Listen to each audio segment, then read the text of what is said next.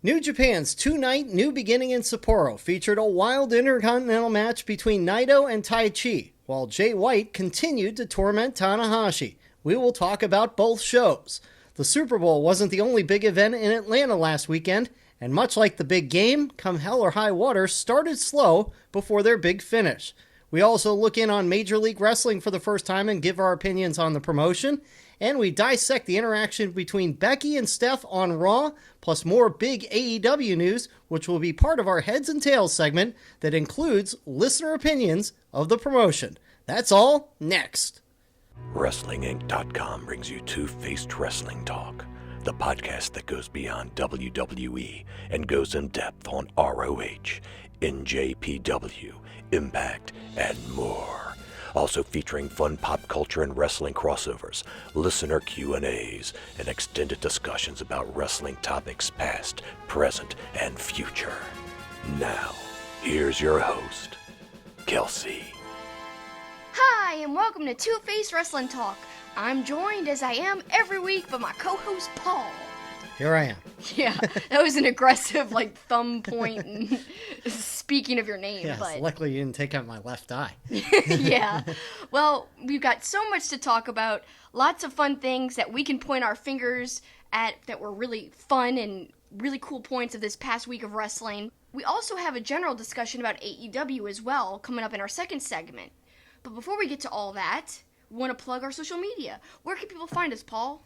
You can find us at TwoFacedPod on Twitter or twofacedpod.com. And of course, you've got your own social media as well, where you put out all sorts of different things. Yep, you can find me, especially on Twitter, at SuperKickinIt. Of course, I did not do the poll where I give you guys the power to pick my t-shirt. I always say I'm going to do this poll, but I swear I'm going to get back to it when we're not having an insanely packed week. I wouldn't say this week was insanely packed. I think you just dropped the ball. No, I did not drop the ball. We had a lot of discussions on my Twitter, so I didn't get to put that poll up. Mm-hmm. There was other discussions going on. Lots of excuses. Whatever. Good thing we didn't bet on it. That's all we have to say. And speaking of betting, let's talk about our good friends at mybookie.ag. Yep, Raphael and mybookie.ag. He consulted us on some crossover prop bets this past week between the Super Bowl and Halftime Heat.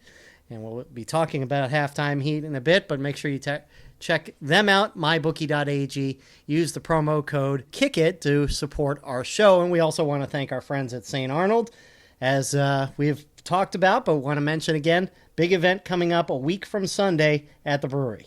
Yes, February 17th, if you guys are in the Houston area, come meet us. We'll be doing a live podcast, but even cooler than just doing a live podcast, more importantly, we'll be interacting with people who show up to the beer garden, and that starts at 2:30. So show up there around 2:30, you get to meet us, talk to us, and there'll be cool giveaways too. Yep, we would imagine there's going to be a lot of fans who are already based in Houston, but also others that come in for the Elimination Chamber, especially with it being a historic event. And so go to that historic event, but before you do, go to the historic event with us. Yeah. Pretty big deal, and we're happy that Lenny and everybody at St. Arnold, happy to have us, and we're looking forward to it. Very much so. And if you guys can't attend, remember you can watch us on Wrestling Inc. So stay tuned to WrestlingInc.com and at Wrestling Inc. on Twitter and Facebook for more updates on how to watch us live on that day before Elimination Chamber. But now let's get into all the news and all the shows we watched, because man, we watched a ton of shows. We watched MLW for the first time, but before we get to that, let's talk about some New Japan Pro Wrestling. Yep, it's time to give our opinions on the latest wrestling shows, news, and developments. It's time for headlines.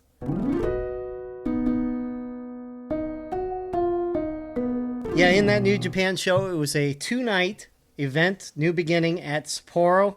A lot of interesting things.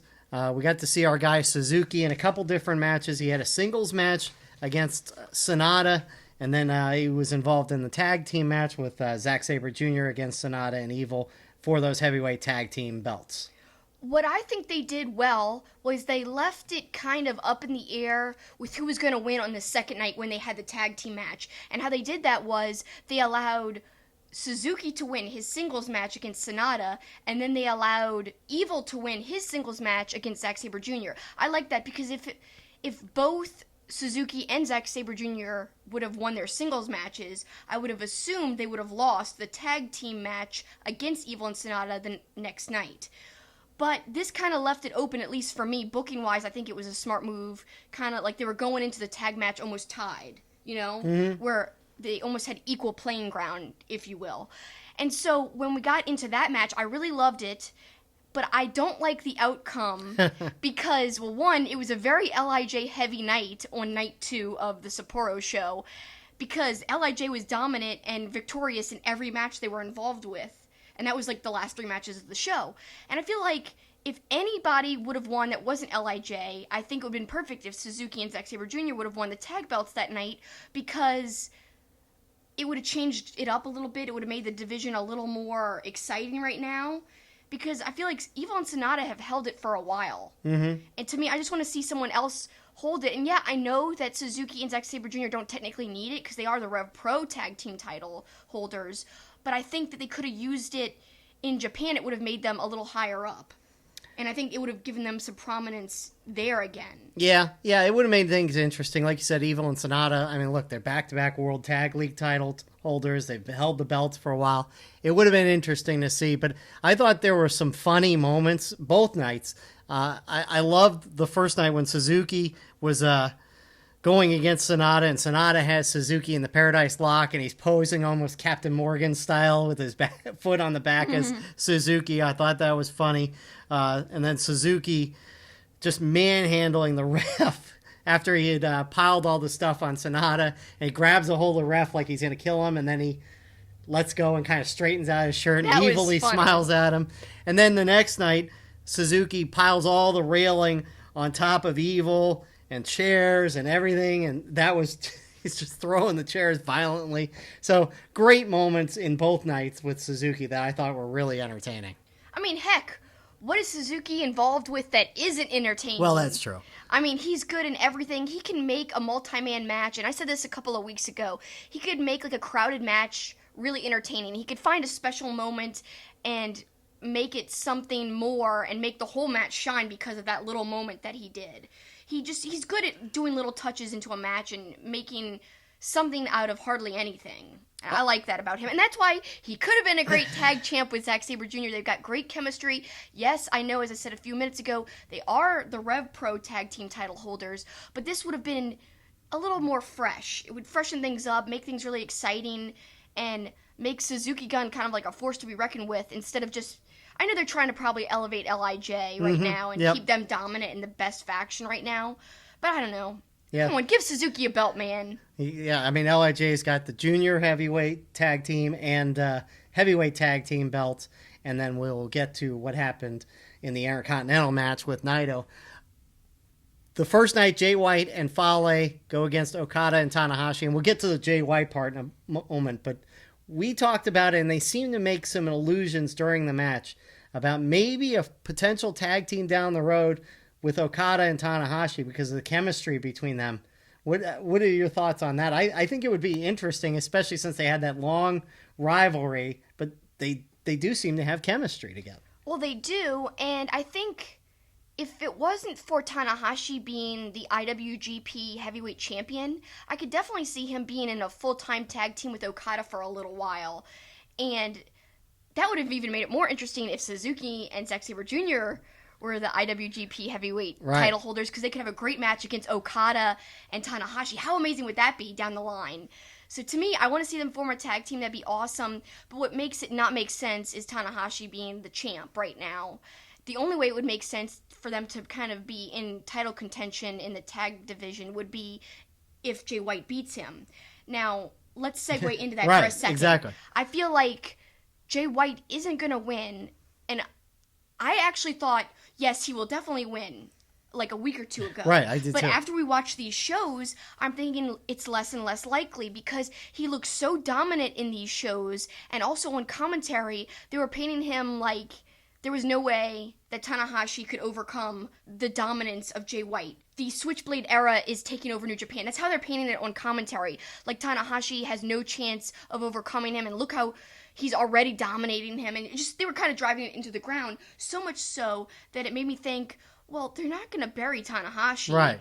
they're not going to make him lose 3 times in a row. But if they do, what a statement that would be for Jay White. I just don't see that happening, though, since he was so dominant these last 2 shows. Yeah, I guess my other thing would be, is it too quick for, this Jay White character, and this dominant character really has only gone for a year. And so I'm not sure that they'll give him the belt, but they certainly have made it seem like he's the dominant character and he's going to win, which always makes me think, as a longtime wrestling watcher, that as you lead to a pay-per-view, if it seems like somebody's going to dominate, that means they're not going to. Yeah. I mean, we're kind of accustomed to the WWE way of Right. things, which is lose, then you go around and win. Right. Or win, and then you go and lose. So to me, we're like thinking in a WWE way, which we shouldn't necessarily be thinking that way.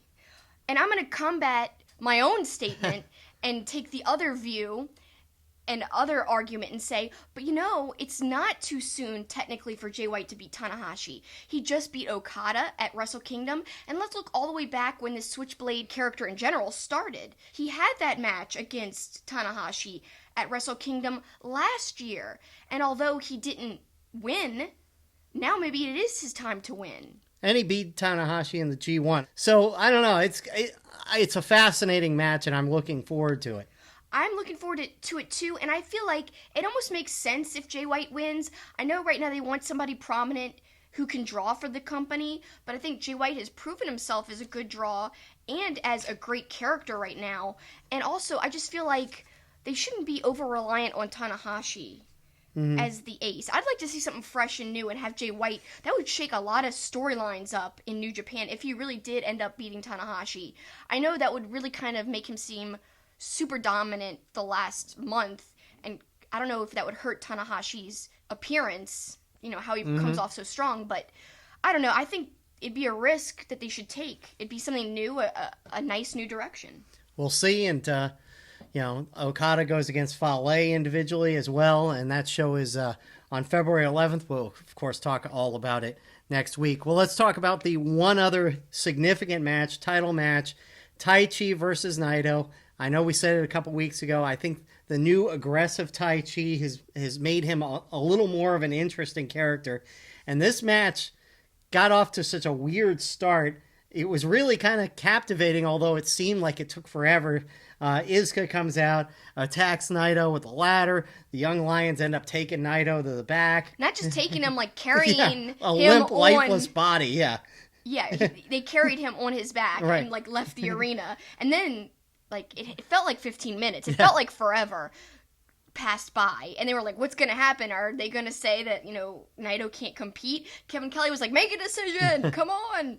So I saw a lot of different opinions on this online. Some people were like, oh, it's definitely too long. Other people were like, it was a fun and entertaining match once it got going. Other people were like, I still don't like Taichi. I still don't see anything I like from him. So people were actually a lot more negative about the match than I thought they would be. Because once the match got going and we got past that insanely long, weird 15-minute period where they didn't kind of say right away that Naito would be competing and Naito came out. Once we got past that, I thought it was a decent and fun match. I actually wrote down that it was a fantastic match. It had all of the elements that you'd expect. Naito using the mic stand, Taichi using a chair.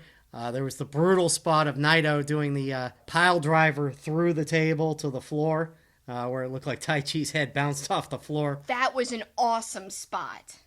I thought it was. I thought it was a really good match. And again, well, so did I. I've turned the corner a little bit on Taichi just because of the last month or so. Well, I'm not one to praise Taichi at all. I still don't like him. I still hate that freaking microphone.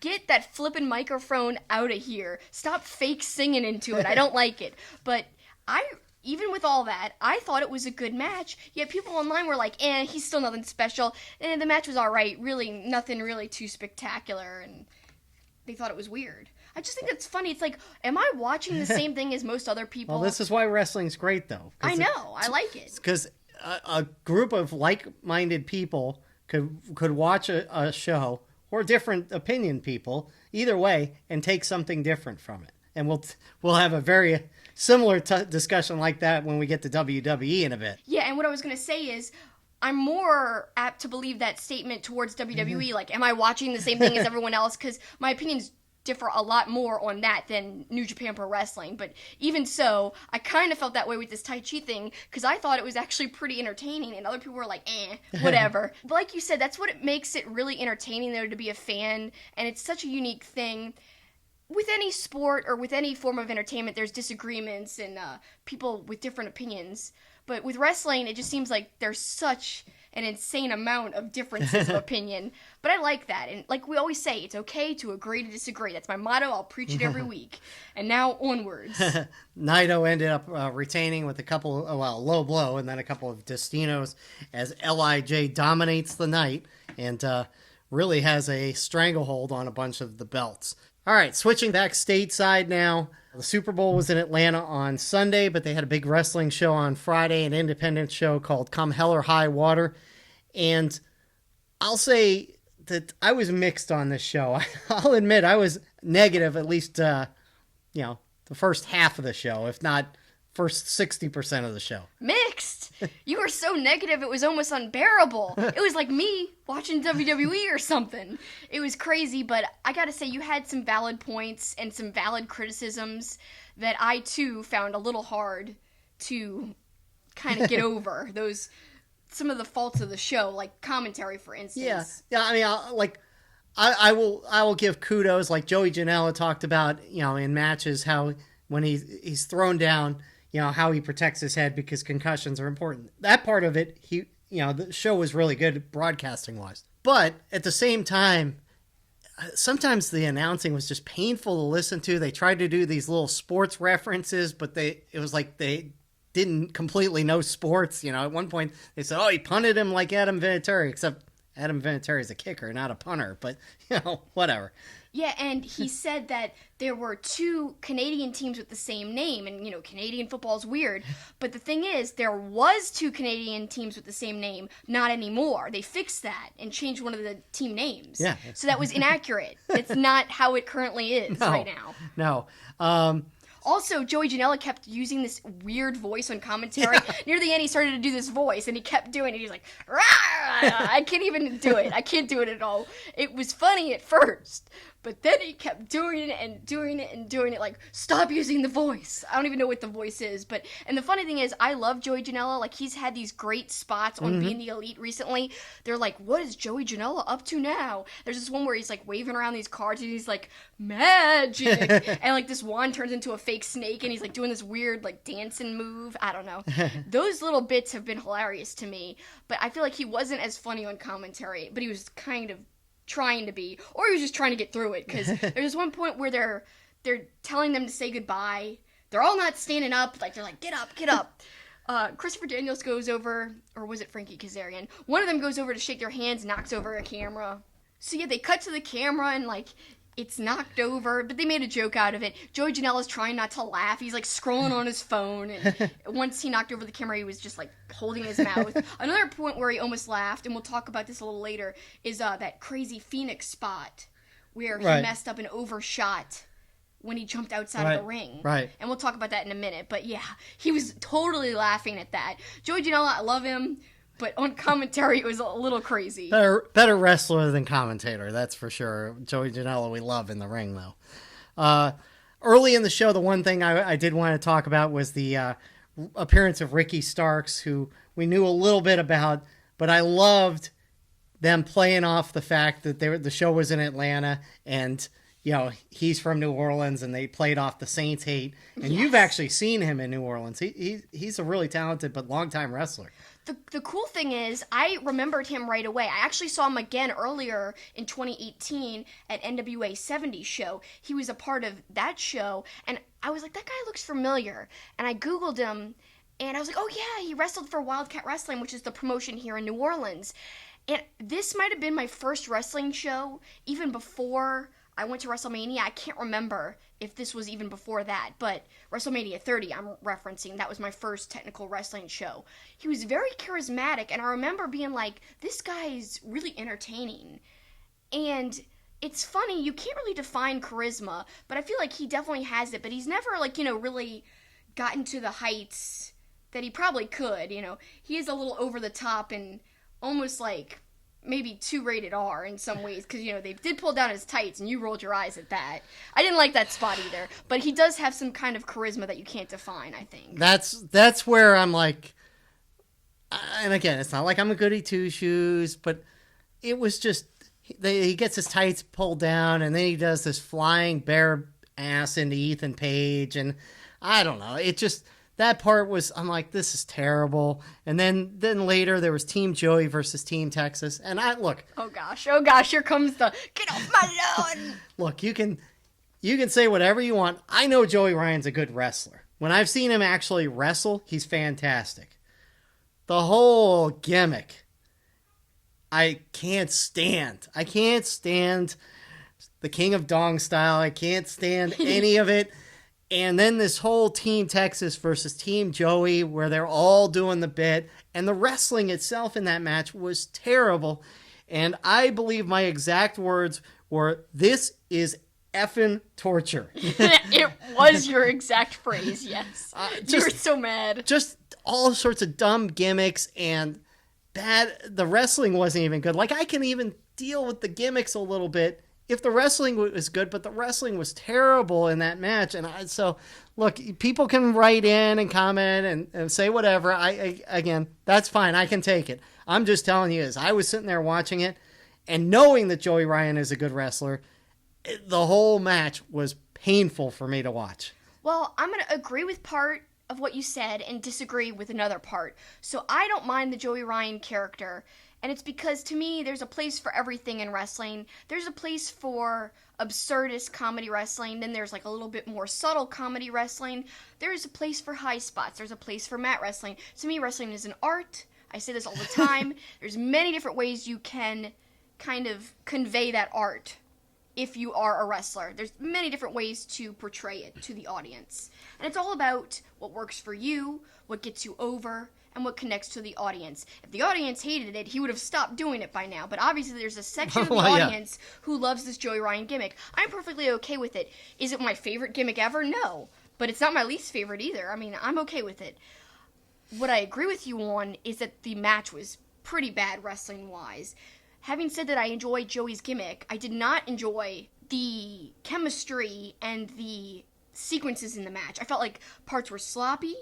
I felt like Joey Ryan wasn't even the type of level that he's on usually is much higher than what I saw in that match. Absolutely. So to me, even with the whole gimmick thing that he does, doing the toss, I don't even want to call it by its name because we're supposed to be PG.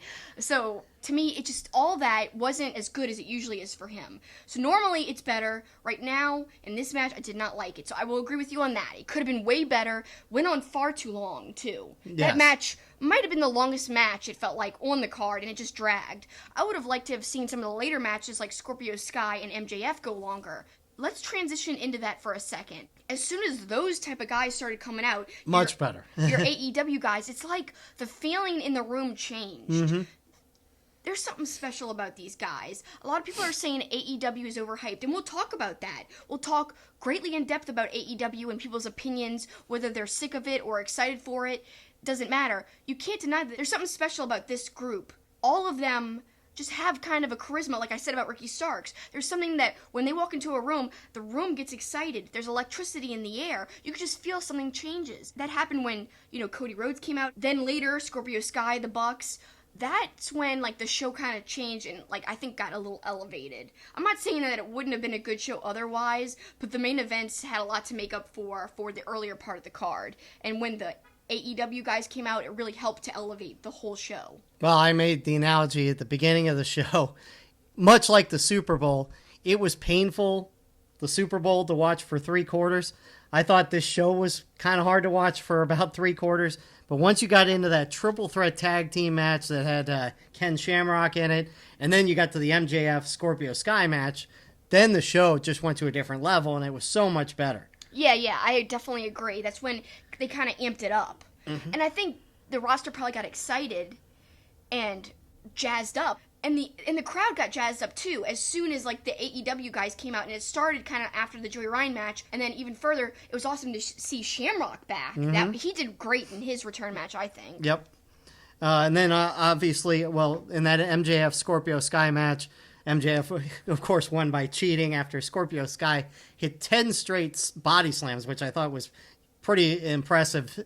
You know, I mean, he's in great shape, but still, you know, to keep picking up a guy and throwing him down, and MJF keeps getting up, I thought that was pretty good. I've said this before, but one of the best things to come out of being the Elite was Scorpio Sky getting over to the heights he's gotten over with SCU and with being the Elite this past year in 2018 and now into 2019. I think that he probably wouldn't have gotten over on his own. Not that he doesn't have an awesome personality and amazing wrestling skills. It's just like, how would they have made him shine or allow him to shine? He might not have gotten the chance or the time or the right type of promo or interview opportunity, but being the Elite gave him a great platform to elevate himself, and you could see in this match what a great wrestler he is, and he's got a personality too on top of it. And speaking of personality, his opponent in the match, MJF, just oozing with kind of like a egotistical charisma. And I know we're using that word a lot, but there's so many guys involved in the promotion that have such a high level of charisma, and that's something that you can't just define. You either have it or you don't, and these guys do. And I love how that, you know, MJF won by cheating. They're kind of working in the storylines of being the Elite into their matches, and the whole storyline is that MJF is coming off like he's a great guy in front of Cody, but behind Cody's back he's being mean to every other member of AEW, like the Bucks, like Scorpio Sky, you know, Kaz and Christopher Daniels, etc. Yeah, exactly, etc., etc. Speaking of MJF, you know, we were really exposed to him at a Wrestle Circus show. That was the first time we ever saw him, and then we got a chance to talk to him at All In during StarCast. And he's, you know, it's funny, you talk to other people, and sometimes they just talk, you know. He never left character for 1 second of the cocky routine, which was funny too. Well, he did leave it for 1 second when he said thank you after, you know, well, I was like, thank you. He's like, thank you. And then he was really suave right then when he was leaving. But yeah, for most of the whole time, and he was going down the whole aisle of Podcast Row, messing with people, knocking off their hats, just being like smarmy and awesome. We'll conclude the Come Hell or High Water discussion with the highlight of the night, Lucha Brothers versus SCU. And you mentioned that Joey Ryan match went too long. Felt like it took away from this match a little bit, which didn't go as long. You alluded to it a moment ago. Phoenix goes flying over the top rope to take out Kazarian. Kazarian ducks a little bit, and Phoenix goes flying into the crowd. You know who I blame? That ref. There was a ref who crossed over into Phoenix's path as he was running the ropes before he was about to leap out of the ring. I think the ref kind of threw him off, and maybe he did kind of like an extra sprint to the other side, like one more, you know, back and forth before he jumped out. Maybe that extra back and forth, because of that darn ref, was the reason he overshot it. I don't know. It was a little scary. I'm glad he was okay, but, you know, commentary didn't do much to hide it. They were like, oh, and you could hear Joey Janela holding his mouth like he was trying not to laugh. Yeah, it was pretty crazy. Lucha Brothers won, but that's not the significant part. As soon as they win, the Young Bucks music hits, place goes insane. Yeah. Matt and Nick come out, and I like this line from Matt. He said to the Lucha Brothers, "You guys are the second best tag team in the world." Yeah, and then, you know, Phoenix and Pentagon were insulted, and they're like, hey, we get it, you know, you want to be known as number one, but why don't you come wrestle for AEW? We don't have any contracts, but how about an old school handshake? Let's just settle on that. Before anybody could shake anybody's hands, there was a beatdown from other guys from the previous match. They come out and they beat up the Young Bucks, and then, of course, Cody and Hangman come out, and everybody comes out, SCU, to help clear out the attackers and get them out of the way, and to save the Bucks and Pentagon and Phoenix. And it ends with all of them in the ring, hugging and holding their hands up. Then at the rally, we actually learned that they did join SCU and the Young Bucks and officially signed with AEW. That would certainly make for some great matches between SCU, Lucha Brothers, and the Young Bucks. Now, speaking of the Lucha Brothers, changing gears to a different promotion, Major League Wrestling, those guys were on the show the next night, as the champions of MLW going against the Hart Foundation. First time we've watched Major League Wrestling, and we were impressed right off by the TV production and the presentation. Let me just say, I like the TV production aspect even more so than what I have seen from Impact. Mm-hmm. Like, I know a lot of people are like, yeah, Impact's got a great roster, they're improving, but I never liked Impact's newsy style. I always thought it was kind of off-putting, and I don't like the interview style. There's just little aspects that I don't like. I did like some of their video packages that had kind of like a cinematic element to it, but MLW just had a very crisp and clean, I don't know how else to say it. Their presentation was just very straightforward and clean, and kind of like a classic wrestling type of presentation, where it wasn't too newsy, but it wasn't too entertainment heavy either. You know what I mean? Yep. It kind of was like a perfect balance and just kind of like straightforward is all I could say, and I liked it. My only complaint was I wasn't really sure who was supposed to be the play-by-play guy, because Matt Stryker did a lot of it, but it felt like the other guy, which I don't even know what his name was, should have been the play-by-play guy, and the former wrestler Matt Stryker should have been the analyst, as he's been back on WWE, and I think he was on NXT for a while maybe as well. That was the only thing that was a little, because they kind of stepped all over each other, much like Michael Cole steps all over Renee Young a lot. Mm-hmm. It kind of had that sense. That was my only complaint, but I thought it was really well done. And there were 2 title matches on the show. The Hart Foundation versus Lucha Brothers. Obviously, I know some of the Hart Foundation. I had not seen them as a whole, so for people who don't know who the Hart Foundation, tell them who it is. Okay, so we got Teddy Hart, and then we've got one of my favorite guys right now, because I think he's somebody to watch out for, Flying Brian Jr., a.k.a. Brian Pillman Jr. If you don't know about him, he's obviously Brian Pillman's son. Mm-hmm. He looks just like him. Mm-hmm. And he's got definitely a great personality. You could tell that right off the bat. He was kind of like the hype guy. I liked that a lot about him. He wasn't involved in the match. But then you also have Davey Boy Smith Jr., and he was great too. Obviously, we know him from New Japan Pro Wrestling. Very big, powerful guy. The thing that stuck out to me in the match was Teddy Hart's moonsault. So beautiful, very high, like insanely high up in the air. He got a lot of air. But effortless looking. Yes, like he didn't do anything. But like I said, the team chemistry really was my favorite part of the whole thing. And of course, they took on the Lucha Brothers, so we're seeing them again after that Come Hell or High Water show. And they are always awesome. So I really just liked the sequences back and forth. There was some great high flying moves and some hard-hitting sequences. I liked that a lot. But really, I think it was more about the personalities. I had never seen that version of the Hart Foundation together, but it makes sense. A cool thing that I saw online, Brian Pillman Jr. is kind of wearing a shirt that says Kingdom Hearts. If you guys know about that, it's a video game, Kingdom Hearts. So he was doing like a play on words, and the shirt was really, really cool. It had like a whole bunch of people on it, and I really like this version. I think it's kind of cool what they're doing. They're paying homage to their family and their friends and old school Hart Foundation, but doing it in like a new, cool way for this new generation of fans. I like it. And of course, after the match, the Hart Foundation had an interaction with a guy who also was at Come Hell or High Water. Yeah, MJF.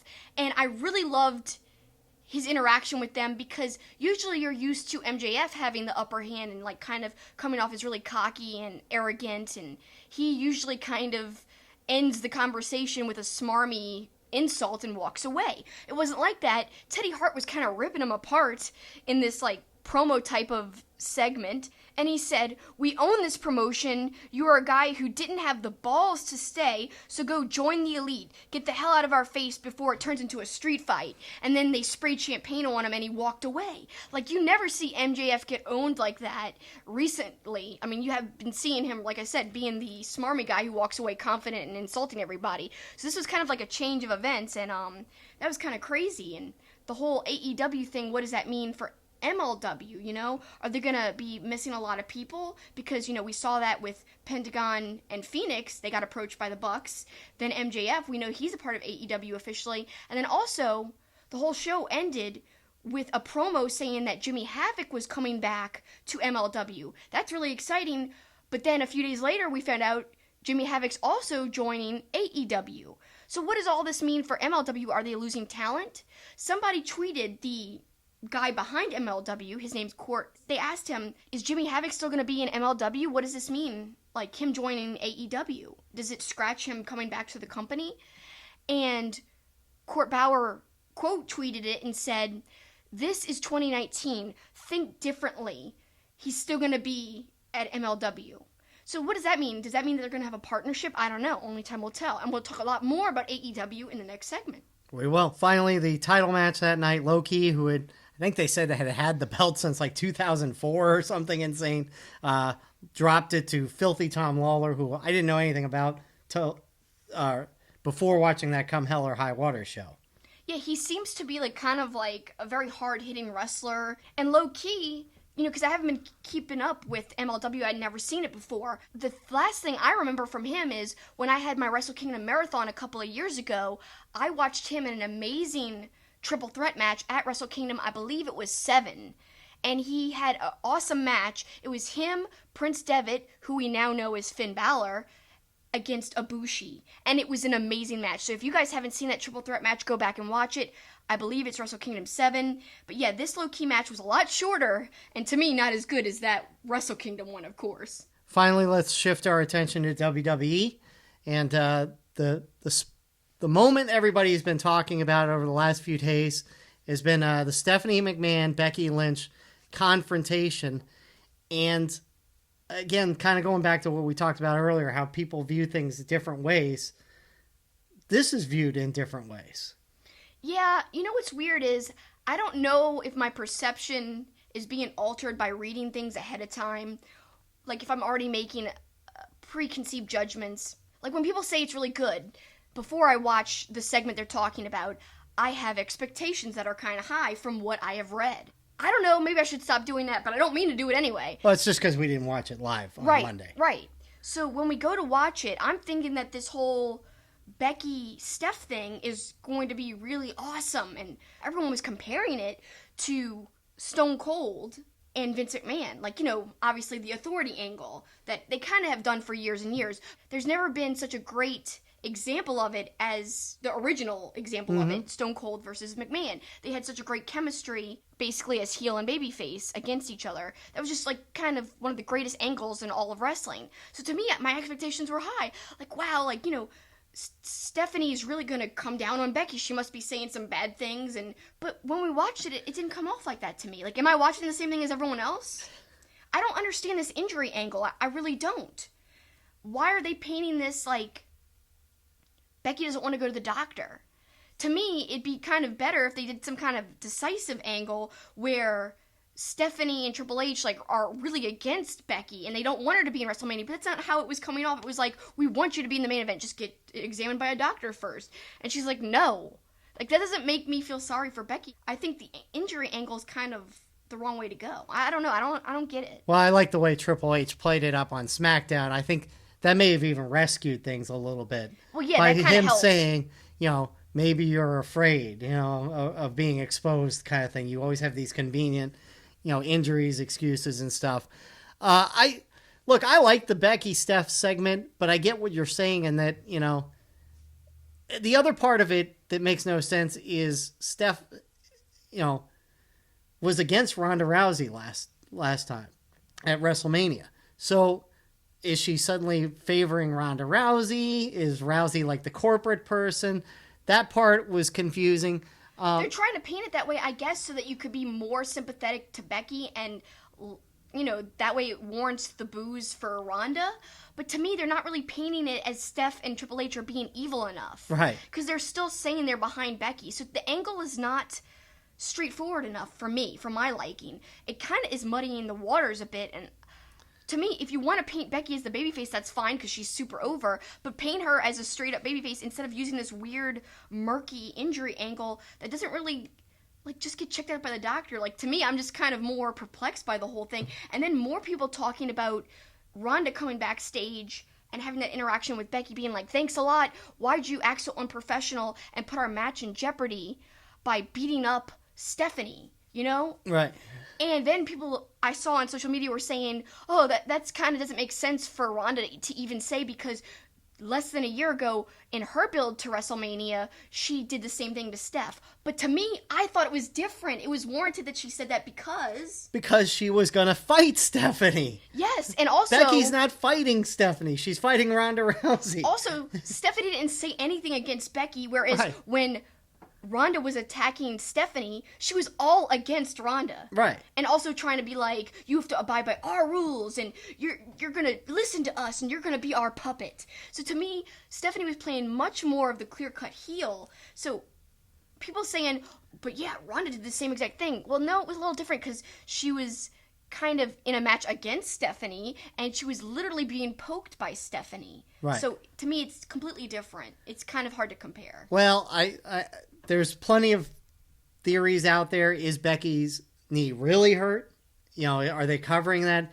Is there going to be a way? Because Charlotte keeps chiming in on SmackDown.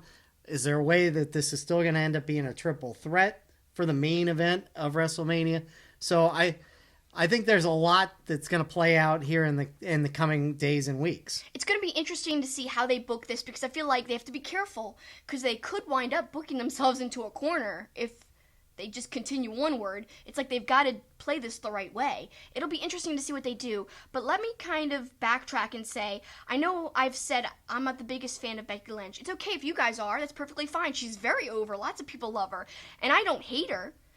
She's just not my favorite of the four horsewomen. I mean, I just love Charlotte's wrestling and character so much. But you do like Becky.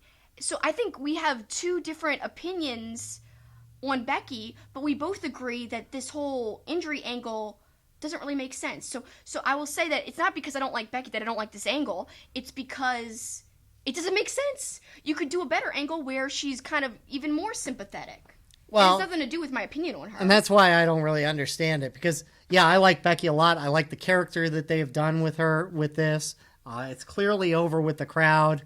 Her interactions, whether it was with John Cena a few weeks ago, I think all that has been very good. At the same time, I can be critical of Becky Lynch. When she attacked Steph, her fists were like a foot away from her face. That was terrible.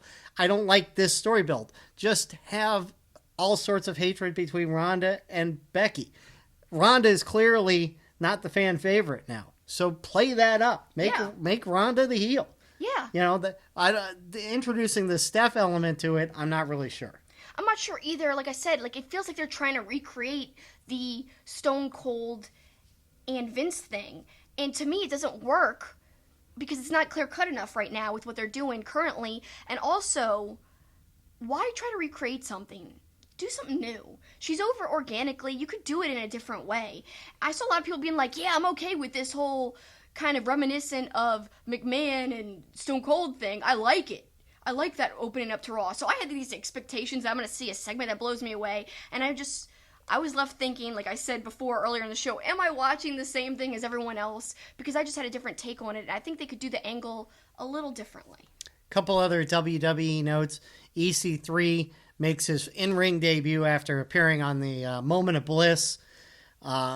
Preceded by another confrontation sort of between Nia Jax and Ambrose, which leads me to this question. By the way, EC3 beat Ambrose on a roll-up in the ring.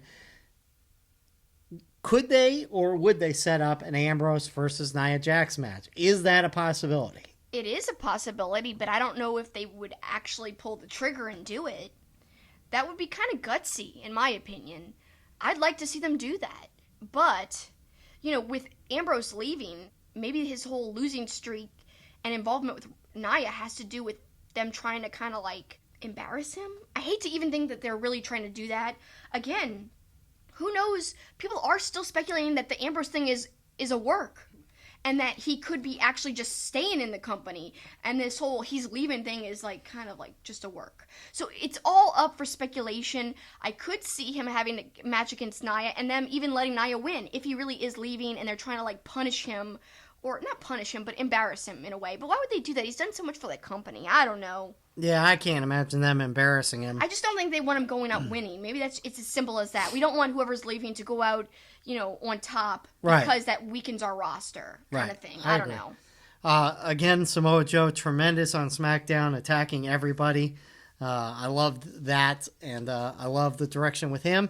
And while I'm not a huge fan of Daniel Bryan, I kind of like the direction they're going with this whole, savior of the earth turn and all, and now the new belt and all that. I think it's really unique, and I didn't like it at first. I was really skeptical of it, but it's grown on me, and I actually like the new Daniel Bryan title. It's kind of unique. I don't know. He's doing some awesome different things, and I don't know. I think it's kind of like taking a risk, and it's paying off because somehow he's making it work. And to me, that says a lot about the wrestler, because you have to get something over like that, and he's doing it, and successfully. I'll tell you what, I am really looking forward to that Elimination Chamber match that we're going to see live in person in Houston with Daniel Bryan, AJ Styles, Mustafa Ali, Samoa Joe, Jeff Hardy, and Randy Orton. I think that's going to be a great match. Yeah, I can't wait to see it live and to speculate about it at St. Arnold at the Beer Garden before it even happens, so... Finally, we'll wrap up this first segment. You just wanted to touch on NWA for a moment? Yeah, they're doing more things on their YouTube channel. They just added a new series called One Nation, and that's kind of focusing on Willie Mack. Of course, Willie Mack is the national champion for NWA, and he is somebody who we just said last week, we love Mac. Yep. And I just want to see more and more of him, not just in the ring, but behind the scenes. And it kind of painted him and his journey the last few years. He wasn't really prominent, but last year he got a big opportunity with Ring of Honor and then with NWA, and he talked about how much that meant to him and how he loves being NWA national champion and how he's going to continue to defend the belt. So we had the first episode of that. Check it out. It really highlights Willie Mack, and it makes you just love him even more. Yeah, we've seen him in Impact as well. Yep. He's had a great last 6 months, I would say, for sure, where he's much more prevalent than maybe he's ever been, and we, as you said, we love him. So well deserved. Good to see him, and good to have a solid first segment hitting a bunch of different brands. But when we come back, we're going to look at AEW's latest news and get your thoughts on the new promotion when we continue on Two-Faced Wrestling Talk. St. Arnold Brewing Company, located in Houston, is Texas' oldest craft brewery. Their goal is to brew world-class beers and deliver them to their customers as fresh as possible, making them the best beers in Texas and Louisiana. Their customers are beer lovers, people that appreciate great, full-flavored beers. So whether you're enjoying an art car IPA or a smooth-drinking lawnmower, look for St. Arnold beers throughout Louisiana and Texas. Our Two-Faced Wrestling Talk logo was inspired by Two-Face, the Batman animated series character, and his coin. The logo was designed by the talented and creative artist Eric Hudson. Eric creates wrestling-themed pieces as well as other pop culture art. He is also currently working on a Roddy Piper comic book. You can follow him on Facebook, Twitter, and Instagram at Dreaded Dinosaur. You can also support his work by becoming a patron at patreon.com/dreadeddinosaur. Please check out his work. Welcome back to Two-Faced Wrestling Talk, and now we're going to talk about all the things we learned from that AEW Las Vegas kind of press conference event. And boy, Kelsi, what a wild rally. So many big names being announced for AEW. Starts out with some guys and girls that we've seen on a smaller scale, like Sammy Guevara, Kylie Ray. There's the announcement of more female stars, the collaboration with AAA. But then Best Friends, which we had speculated might be joining AEW, Lucha Brothers, and then, of course, Excalibur, which you kind of predicted on your Periscope as being an announcement as the play-by-play person. But the big one that they ended the show with was Kenny Omega. Yeah, when Kenny came out, I was like, how could anyone doubt it for even one flippin' second? People predicting that he's going to be at the Rumble and abandon his friends. I said no way. I said no way right away that he would ever abandon his buds. And he was true. He really does believe in change the world, because he showed up at the rally, and it was kind of electric. It was really awesome. And then, even better, Jericho came out to challenge him. What do you think about that? I was so hyped. Yeah, we saw how great that match was in New Japan, and so I can't wait for the second installment of it. But speaking of New Japan, the one thing that scares me or concerns me, whatever, is whether North American interest will start to decline in New Japan with Kenny Omega leaving. Best Friends were a part of that, of course. I just wonder if North American interest will wane a little bit when it comes to New Japan Wrestling. I still think think there's a possibility. I'm not saying it's out of the realm of possibility that they could partner up. Hope so. I hope so too, but that's just me pipe dreaming, I guess. We'll have to wait and see what really develops and how it's going to turn out. But something that I kind of predicted, who knows, maybe I have got a knack for finding out what's going to happen. A couple of days ago, like you alluded to, someone asked me, who do you want on commentary for AEW? And they were throwing out names, all kinds of names, but nobody said this name, but I did, Excalibur. And if you guys don't know who he is, he does commentary for PWG quite often, and he did do commentary for All In, and he was awesome. Now, he is different, because in PWG, I find that he's more silly and stuff, but he was very serious and professional for All In, and if you guys watched the rally, he was very professional during that too, and I'm so excited for him to be a part of everything. He's one of my faves. And speaking of the rally, we saw the Lucha Brothers come out, much like we talked about earlier in the show about their confrontation at MLW, where the Young Bucks said they were the second best tag team in the world. Lucha Brothers alluded to that and attacked them at the rally, setting the stage for that at Double or Nothing. So it's all shaping up to be pretty awesome. It really, really is, and I'm, so pumped right now. I'm, really excited. I don't know. But the main thing is Kenny Omega, not the main thing, but one of the main things is Kenny Omega versus Chris Jericho. And it's ironic, you got a chance a few months ago to ask Kenny Omega about Chris Jericho, didn't you? Like I said, maybe I have some foresight or something, because all he was doing was having a match with Jericho on the cruise, but it wasn't a singles match, it was a multi-man match. And I said, what the heck, I want to ask him about Jericho at Fighting Spirit Unleashed.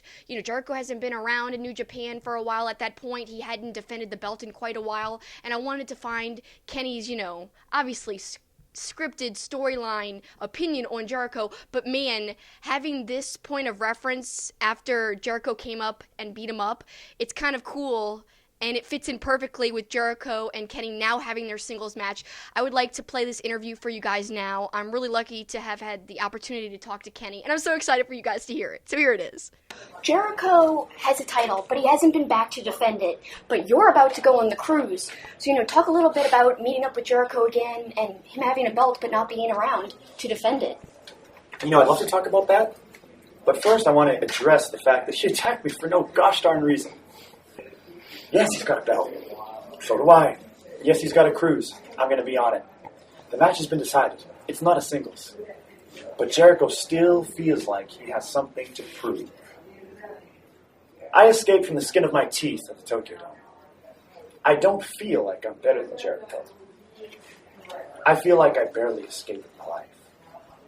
Jericho put the hurt on me more than anyone else has in my career. Maybe even more than Ishii. And he proved that he still has a place in this business. At the top of the ladder. I would go so far as to say even though I won, Jericho was one of the top of the men on my list to address and issue a championship defense match against. But that's a discussion for another day. So lots of news from AEW as they continue to stay on the public consciousness with signings and news and all kinds of exciting stuff. But now it's time for our extended discussion segment. It's time for Heads and Tails.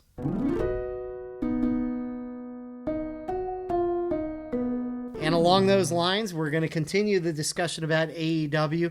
And it started with something you posted on Twitter when you asked, what makes you excited about AEW wrestling? How do you feel about AEW? Who do you want to see join? You said you're excited for it because you believe in the people behind it and what they're doing and believe in the change the world mentality. It'll be quality wrestling. Variety is awesome. So that's what you put out there, and a lot of people responded. Lots of people, and I think we talked about this in the first block of this show, the opinion range is insane. Mm-hmm.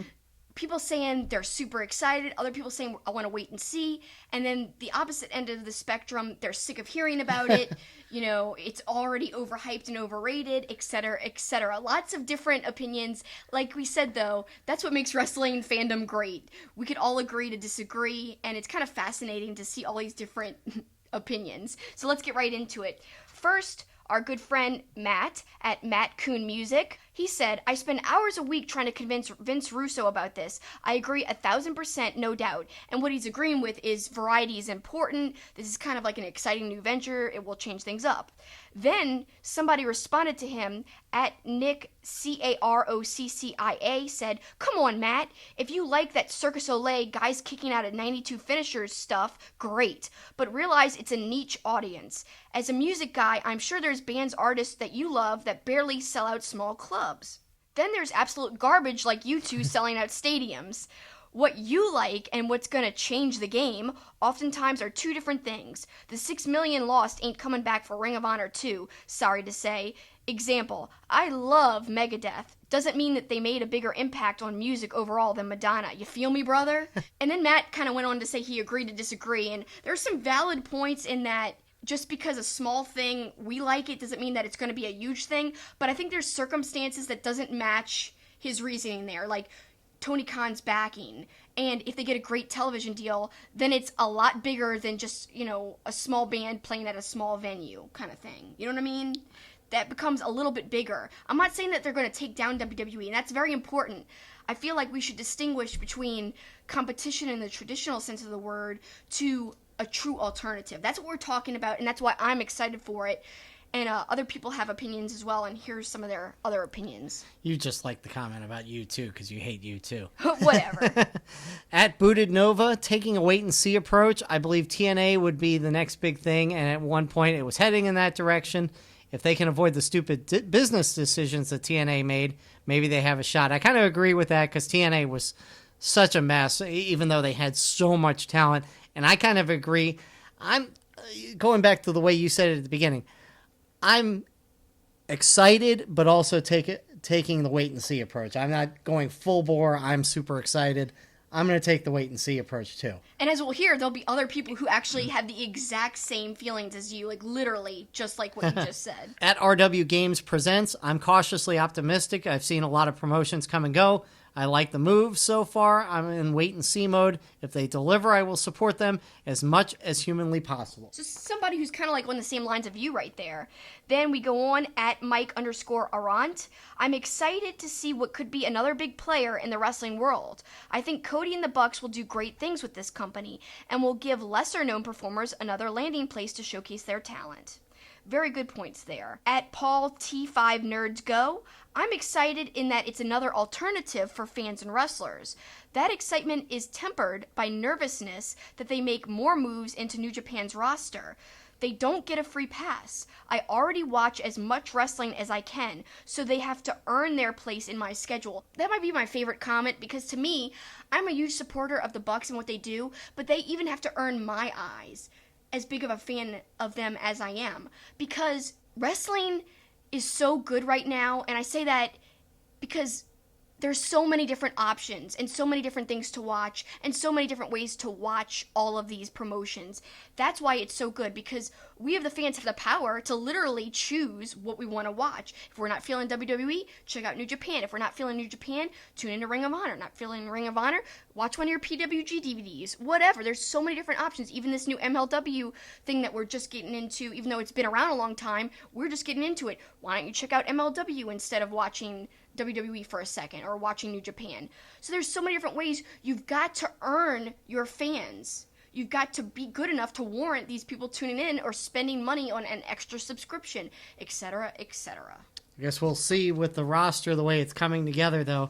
Certainly seems like it is a doable scenario, that it will be part of our regular schedule for sure, and we'll see of course who falls by the wayside. Look, as much as we're talking AEW, Impact is already gone by the wayside with us. Yeah. We haven't been paying as much attention to that. Probably will at their next pay-per-view, but beyond that, so there's only so many hours in the day, and we have jobs, so you got to pick and choose what you're going to watch. Yep. At the Tag Team Tease said, I just can't understand the WWE sucks, AEW can't come fast enough narrative. I'm pumped for AEW too. Should be great, but these aren't the only two choices. There's a ton of wrestling companies all doing pretty awesome stuff. Wrestling doesn't need saving. Expand your horizons. That's a good point by him. We don't need AEW to save things, but it certainly makes things exciting. It sure does. And then we've got another comment at Osborne Hotspur. I just don't get how someone can treat a company like a football club. I don't want any companies to fail. The more, the better. I'm here to watch good wrestling. We are all wrestling fans after all, right? I love that comment because, like we talked about all throughout this conversation, variety is important. Why not like everything? And if everything's good, then you've got a lot of options to watch as a wrestling fan. Then we've got Keith Learmonth. He says, I absolutely believe that AEW is overhyped, but I want to see them succeed. More televised wrestling with good production values is a good thing. I just wish people would stop talking about it as if it's a guaranteed WWE beater. Because, we've seen a former Intercontinental Champion backed by a rich family run a company with some of the world's top talents before, and it didn't even get close to beating WWE. Still gave some classic matches, though. He's got some good points there, but like we have been talking about in this conversation again, is that we don't think it is going to beat WWE. We're not talking about it like it's going to beat WWE. We're just talking about it like it could possibly be in the same universe as WWE. It could be another big company like them. And again, like we said, maybe push WWE to be better as well. Justin Chapman says, I totally agree. Can't wait to see where it goes. I'm stoked. Still got get an AEW shirt. Robert Bridson says, I love it because maybe it can help fuel a resurgence in wrestling not seen since the late 90s in the mainstream. Also, having legit competition will force WWE into a better product, as I was just saying, I think as well. Also, for the talent themselves, having more work opportunities at a better salary and insurance coverage is great too. He goes on to say, as long as Vince Russo isn't involved, AEW has a chance, LOL. That's awesome, especially because we've got Matt Kuhn, who works with Vince. It's kind of funny. We've got someone bashing Vince and someone who works for Vince all on the same podcast. Then we end with Rob Williams. Couldn't agree more. Cody, Brandy, and the Bucks are all-class acts with amazing minds for the business. Just look how they're popping up at random wrestling shows to promote/sign stars. It's gonna be fantastic, and they all deserve it. Great thoughts. At Kid Rye 333, kind of taking a wait-and-see approach. Hopefully not another global force. At John SMI 4560139, I'm simply excited about something new. I mean, you can't eat chocolate all day, right?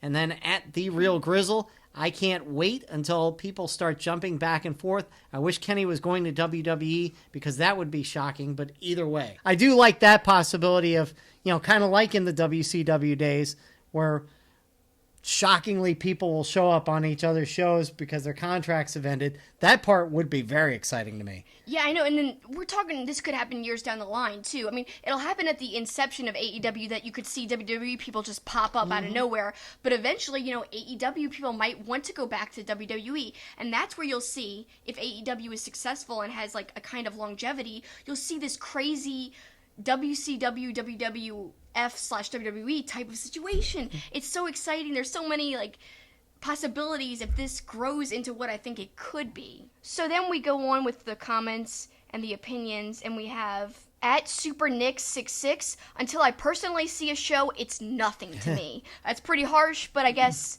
I can respect that. You gotta see something before you make a judgment on it. At Ring of Tyler, competition is always good for wrestlers and wrestling fans. I want to see young unknown talent used in new and innovative ways in AEW. Based on the pulse of the industry, I like that the talent feel like they have options, which AEW has created.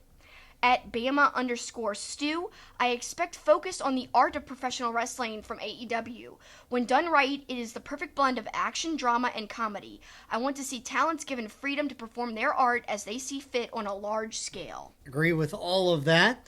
At Real Effin' Game, AEW is doing its job in getting people talking and excited. Now to when it becomes a full reality. People have another wrestling company to turn to. Fickle people should give it a chance before dissing it. Well, we agree with that on all fronts in wrestling.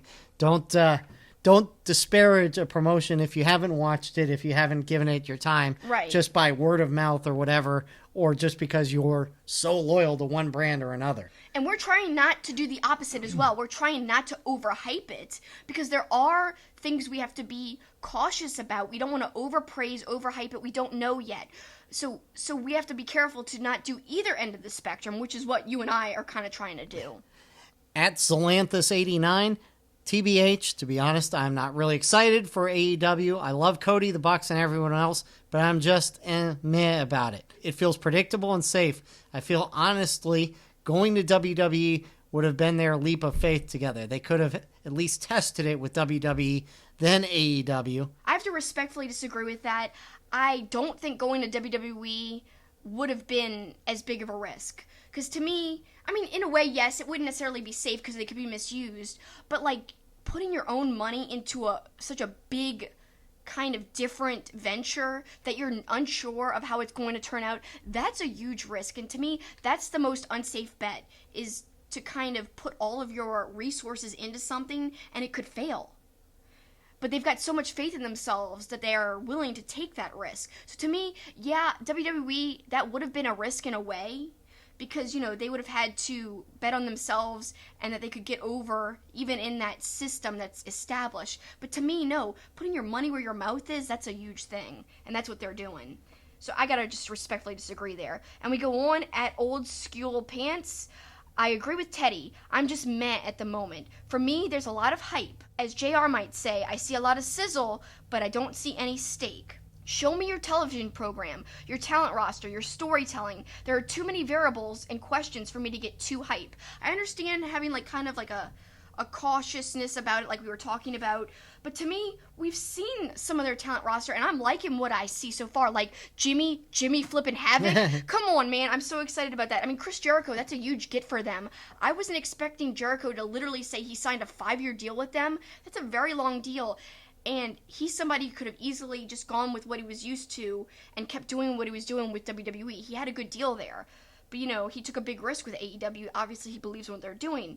And we've seen a type of their storytelling before with being the Elite. They've been able to tell big stories, but yes, we have to see that on a larger scale pay off. And we don't know about their TV program yet, but there's hints that they're going to have a major deal. There's people reporting, like Dave Meltzer, for instance, saying that there's 2 legitimate deals on the table, apparently. Now, that's just what we're hearing. We don't know for sure. At the Jim Cerny, very excited. I also feel that competition will make the WWE a better product as well. Which I kind of agree with on the WWE front, and we're already starting to see a little more commitment to the wrestling, although there's still a bunch of goofy story angles, but some of the wrestling, they're starting to promote wrestlers like Mustafa Ali and guys who have wrestling talent.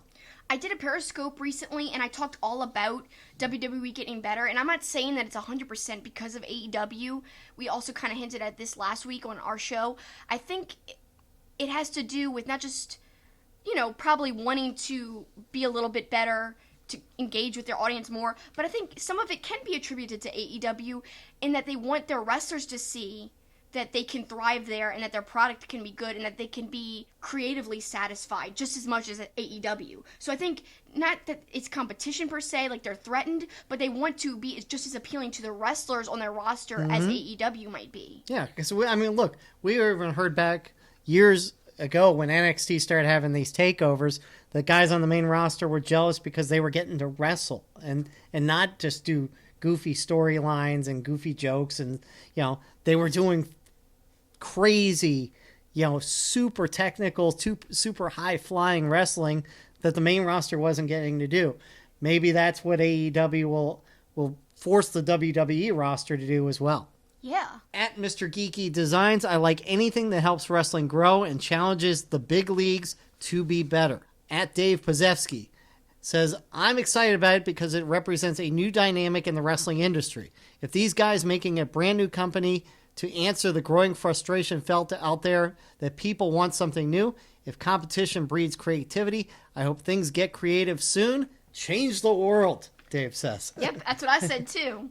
Then we've got at Brian Koval. The Bucks have been my favorite tag team for years. I have always believed Cody was something special. What they did at All In was amazing. I wanted more, and now they are giving me more. Very exciting stuff. And yeah, All In had a very awesome feel if you were there live like us. There was just something special about what they were doing. And now I hope they can carry that feeling over into this launch of this new venture, because that was something special. And if they could recreate it, I think that's a good sign for what they could do and accomplish as a company. So at Deej Kirkby says, I'm excited for what AEW may be potentially, but I'm also cautious because of the sheer fact we've been here before with an upstart claiming to change the wrestling world. I also think fans are overhyping AEW almost to the point of it being the second coming. And I think he's got a point because, there's people without any evidence being like, it's the greatest thing ever. But Deej kind of followed that up, and he told me that he thought that I was being very fair and that I was being optimistic but still not overhyping, which I am very proud to say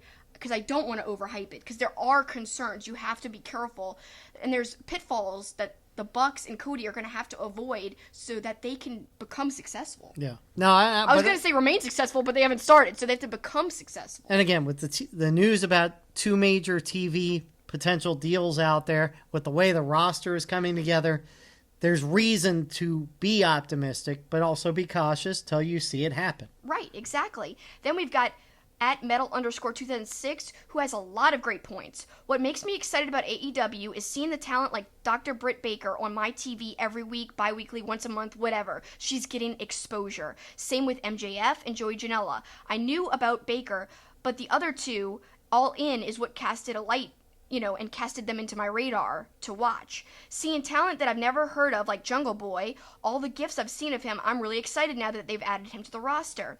The roster they can put together with some of the people from WWE, Impact, New Japan, Pro Wrestling, and others that are looking for a new home is exciting. The dream matchups we can get out of this promotion is awesome. The fact that there might be healthcare factored into the contracts. Overall, I feel the people they are going to go there are going to be happy and are going to have fun. That's some great points there.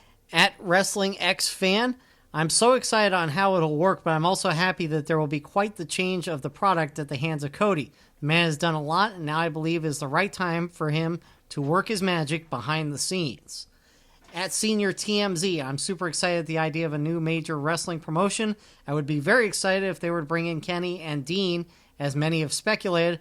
I hope that AEW can bring the quality wrestling and have creative that breaks the mold of what WWE fans have become accustomed to. And at Saints Fan 51797J, it's an alternative from WWE and will change the game. As far as talent goes, Ambrose, Omega by default, Chucky T, Trent Beretta, just some of the top off the top of my head. So much potential for the future. Bucks and Cody could have something special. It's a lot of names, it's a lot of talk. How will the creative and the wrestling work with a TV deal? So it's all, we got to wait and see, but all that is reason to be, like you said earlier, optimistic. At Baker_show, I'm hopeful for a TV deal announcement to come soon. That is absolutely crucial for growth and expansion of their audience. I agree. I agree 1,000%. If it was possible to agree to 1,000,000,000%, I would. Plus, other than Kenny, obviously, 1 or 2 big surprise talents would be outstanding. I'm optimistic and hopeful. But like you said, you've got to have those things happen. The television deal, like he said, has to happen. It has to be a big, good one. Remember, I said that back with Ring of Honor, that, they were too scattered and hard to find, and, whether you're on local TV or whatever. So if they can be on, especially a major cable network, whether it's TBS, whether it's TNT, whether it's FS1, although I would think Fox wouldn't want to be involved since they're already in with SmackDown and WWE, but CBS Sports Network, something like that, NBC Sports Network, get on some sort of a major platform that's on most cable providers. You are one of the most emphatic preachers of you need to have a good TV deal to be successful in wrestling right now. You've said that for like the last year, really. Yes. But really, you've been talking about Impact, but now we're talking about a different promotion, but it's still the same point. Yeah, I mean, look, David Lagana told us at All In, you can have your own TV channel by having YouTube or whatever, and that is true.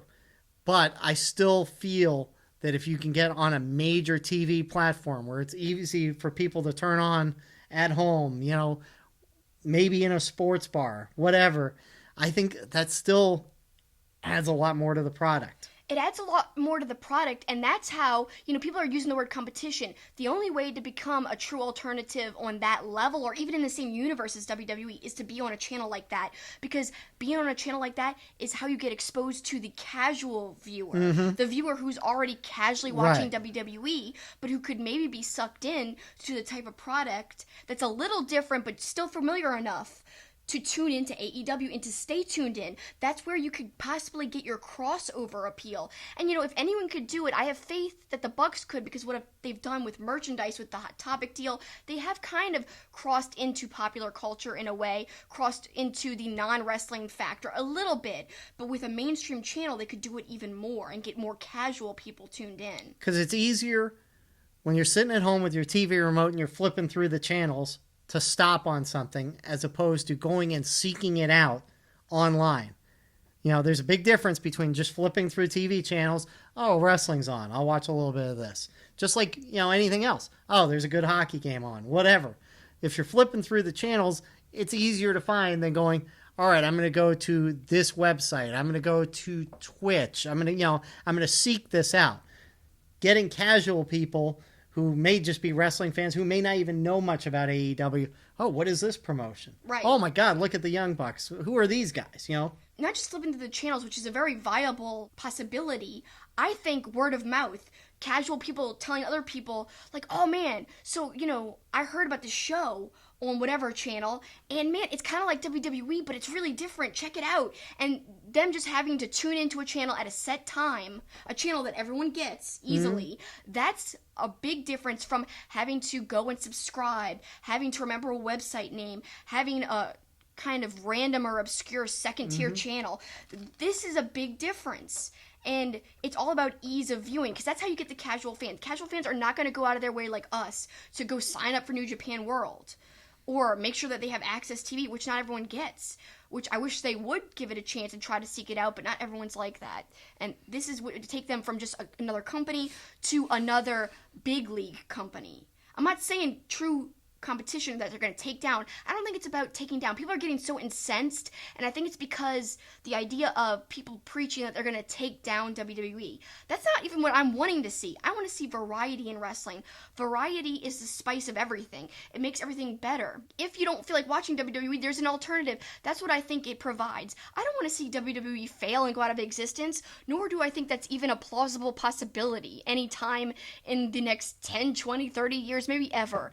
I just want to see another company do well and succeed. I want to see all the companies do well. And I think AEW will just make it better for the fans to have more to watch, but also for the wrestlers to have more places to work and bargaining chips. At Miracle Michael M, look, until there is a TV deal announced and touring dates are set in stone, it's a glorified merchandise company. Stop putting the cart in front of the horse and really get excited when the bell rings and we get our first lockup. Double or Nothing doesn't count. It's All In Part 2. And I understand that's the other end of the spectrum. It's kind of like taking a opposite look on things and more skeptical, but that's okay. I like the skepticism, though. I know. It's okay to be skeptical. At Phoenix NJPW, considering the business sense, the backing, the resources, and the passion that they all bring to the table, I'm really excited about the future of AEW. You have focus on tag teams, women, indies, storytelling, and shining a spotlight on new and up-and-coming talent. Combining all of that is a powerful packed situation with a huge groundswell of excitement from the fan base, and it's off to a great start on that alone. Then you have All In 2 with StarCast again, better production for YouTube, and Road 2 episodes, and money to really make an impact. So their first year will be a big success, I think. The question is longevity, for which only time will tell. As a new promotion, they'll inevitably have missteps they'll learn from. I think and hope they'll be around for a long time, but we'll have to see how it all plays out. So then we go to a very negative take. At Urson DeRoche, he says, I'll participate. I literally couldn't care less about AEW. I'm so tired of kids thinking the dark matches will be 5 stars and Vince McMahon will finally be out of business. It's ridiculous. 2019 wrestling Twitter is noise. You discovered what changed the world means, Kelsi? Could you smarten us up? I thought it meant Kenny's love for Ibushi. Guess I was wrong. So I got really angry at this, even though I love Urson. I disagree completely because I think it's okay to be skeptical. I think it's okay to even be negative, but to bash people who are excited for it, I think is a little extreme and strong. And to say that everyone talking about it is noise is also kind of a strong statement when it's kind of the most unique thing that's happened in a long, long time. It's kind of, I think the talk is warranted. Whether or not it's negative or positive, the speculation alone is kind of fun to participate in. And as far as me using the hashtag change the world in my original post asking for everyone's opinions on AEW, I take change the world to mean, and actually, funnily enough, I haven't listened to Killing the Town in months, but I recently did listen to it again. It used to be one of my favorite podcasts, but Kenny Omega was interviewed by Don Callis, and he talked about the meaning of change the world, how it kind of started off as like a general statement, like, you know, you could kind of be different and do whatever you wanted, be unique. And that's what I took it to mean, kind of like a general meaning. But now kind of All Elite Wrestling has adopted that phrase and started using it as like almost like their slogan. So it's taken on a more specific meaning for them. Like, you know, we're going to challenge things, we're going to change the landscape. But it started off as a different type of meaning. But yeah, kind of he was insinuating that I was using it like I don't know what I'm talking about. It almost felt like an insinuation. It's fine, you know, I understand. But I think there's nothing wrong with changing things up. There's nothing wrong with being excited about it. You can question it too. But don't bash people for being excited, you know? I just don't get that. Then we end it all with a more positive statement. Red Rebel of Death, excited to see what happens, tired of people arguing about it. Most of the time, both sides are wrong. I kind of like that because he's like, you know, everyone's arguing. I don't like that. And I don't like it either. But I do like the speculation, as long as it's done with respect and everyone's okay. Because like I said, it's okay to agree to disagree, as long as you treat the other person with their due respect. Well, and I'm with him. You know, I don't think there has to be negativity one side or the other. I think if you're a wrestling fan, you should be excited about it. It's more wrestling. It's going to be more good wrestling. Yep, I think that too. All right, well, it's time to close out the show and send them home.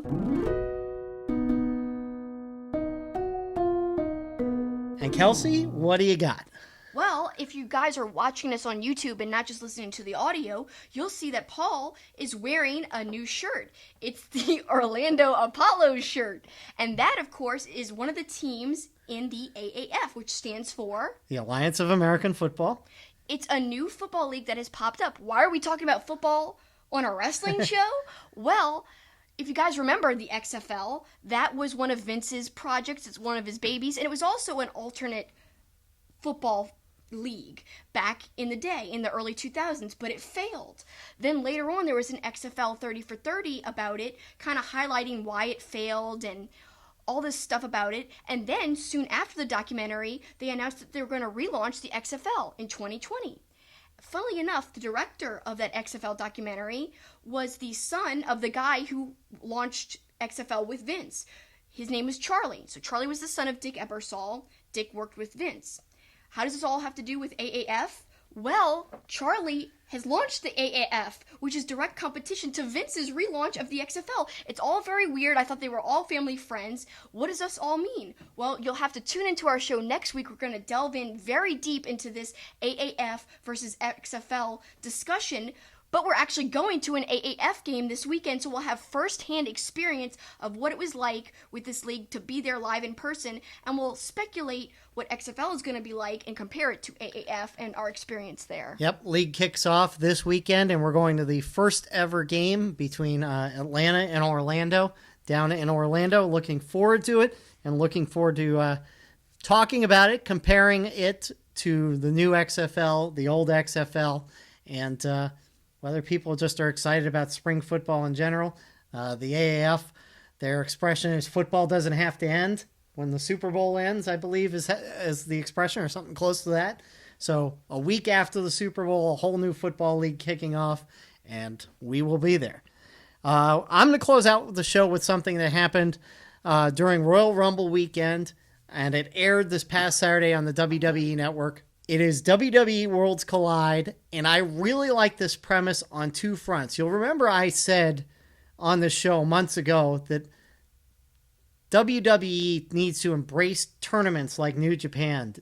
You know, New Japan has G1. They have the World Tag League, Best of Super Juniors. And they have these events that go on for 4 weeks, 6 weeks, you know, and it really keeps the product, I think, from getting stale. And I think this should be the launching off point of something for WWE where they do more tournaments, especially among 205 Live and NXT and NXT UK. I loved this premise, and I would love to see it expanded into a longer format where they do it for weeks on end and have crossover of talent. I think it would, first of all, give 205 Live a huge boost too if you had some crossover talent there as well. So I really hope that Worlds Collide is a jumping off point to more tournaments from WWE. I know this was all contained at Access and something that they did at Royal Rumble Access and a way to do live shows there, but I hope it's an idea that they will expand on. Yeah, I thought the Worlds Collide premise was really unique and interesting.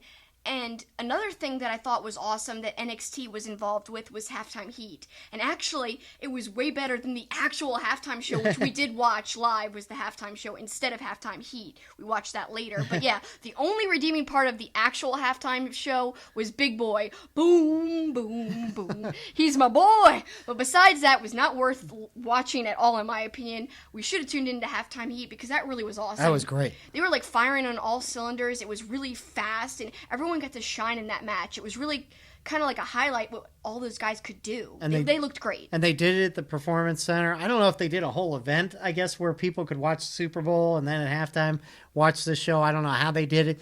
The only problem with it was they didn't have all the best camera angles because I guess they're not used to doing a show in there. But I think that was well received, and I think we're going to see halftime heats going forward as well. Another thing we'll hopefully see more of from WWE in addition to the Worlds Collide. Yeah, I hope so, but man, that's far away in the future. Yes, we'll have it to is. wait till next year to see. But right now, it's time to say goodbye. Thanks for joining us. Yep. We appreciate you listening to us, watching us on YouTube, and we're looking forward to being back with you next week. Yep, we appreciate your time as we do every week. It's very valuable. And now it's time for us to close our time out with you and say goodbye. That's it for us. That's the finish.